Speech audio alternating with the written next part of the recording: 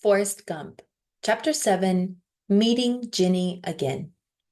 Soon after that, I heard that I was leaving the army early, and they gave me some money for a train ticket to go home. But all this time, I was thinking about Ginny Curran. Just before I left the hospital in Da Nang, I had a letter from her. She was now playing in a group called the Broken Eggs, and they played 2 nights each week at a place called the Ho Daddy Club near Harvard University. Now that I was free from the army, I just wanted to go and see her.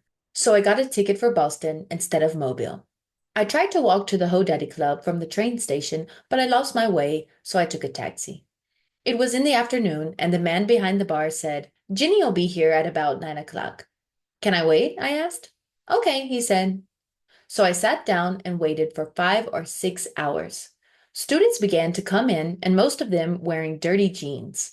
The men had beards, and the women had long, untidy hair. Later, the group, the Broken Eggs, arrived, but I didn't see Ginny. Then they began to play, and they were loud. The music sounded like a plane that was taking off, but the students loved it. And then Ginny came on. She was different. Her hair was all the way down her back, and she was wearing sunglasses at night. She was wearing blue jeans and a shirt with lots of colors on it. The group started playing again, and Ginny began to sing. Later, I went outside and walked around for about half an hour, then went back. There were a lot of people waiting to go in, so I went around to the back of the place and sat on the ground. I had my harmonica in my pocket, so I took it out and started to play. I could hear the music that was playing inside, and after a minute or two, I began playing with it. Suddenly, a door behind me opened, and there was Ginny. "Who is that playing the harmonica?" she said. And then she saw me. "Forrest Gump!" And she ran out of the door and threw her arms around me. We walked together until it was time for her to sing again. "I didn't leave school," said Ginny. "They threw me out after they found a boy in my room one night. I went to California and stayed there for some time," she laughed. "I wore flowers in my hair and talked about love, but the people I was with were strange. Then I met a man, and we came to Boston. But he was dangerous. He was against the war, like me, but he blew up buildings and things. I couldn't stay with him.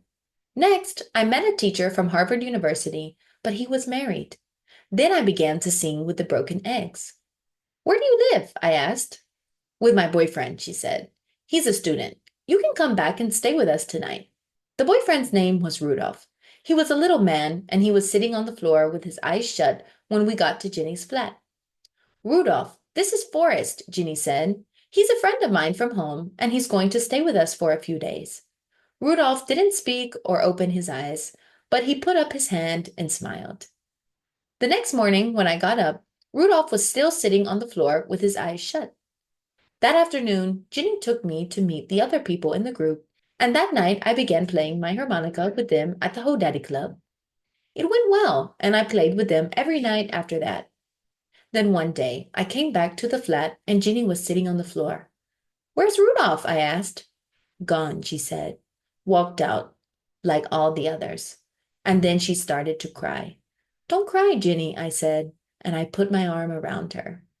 Well, it started like that, but the next minute we were kissing and making love. And when we finished, Ginny said, "Forrest, where have you been all this time?" That's the end of Chapter 6, Meeting Ginny Again. If you would like to know what happens in Chapter 7, please listen to the next episode.